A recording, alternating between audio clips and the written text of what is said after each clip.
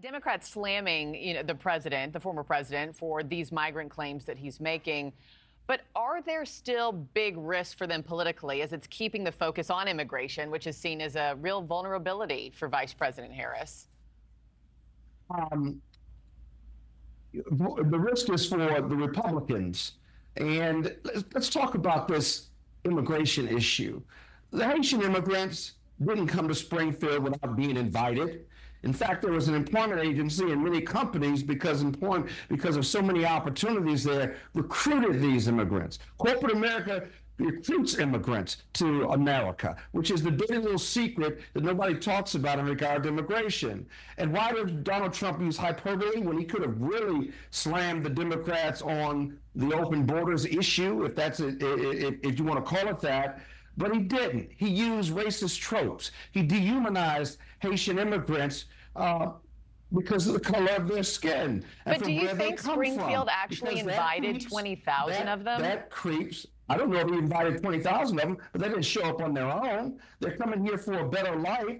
Statistics show that immigrants, whether they're here, whether they're legal immigrants or they come across the border illegally, aren't committing crimes, aren't raping and murdering people. Now, it is a resource issue for sure for Springfield, Chicago, and other communities for sure. And that's a failure on America's part to deal with it. They're still coming. Immigrants still want the American dream wherever they come from. I'm sorry. We make it attractive for them. Corporate America recruits them, and we've got to deal with that. But everyone should have a legal path to citizenship, no matter where they're from, and no matter what color they are. And so this underlying dehumanization of people of color who are immigrants here is bothersome. We should, as Governor DeWine said, we should welcome everyone, but that doesn't solve the immigration issue. We need resources, we need more judges, we need more security issues at the border. I think all Dems and Republicans can agree to that.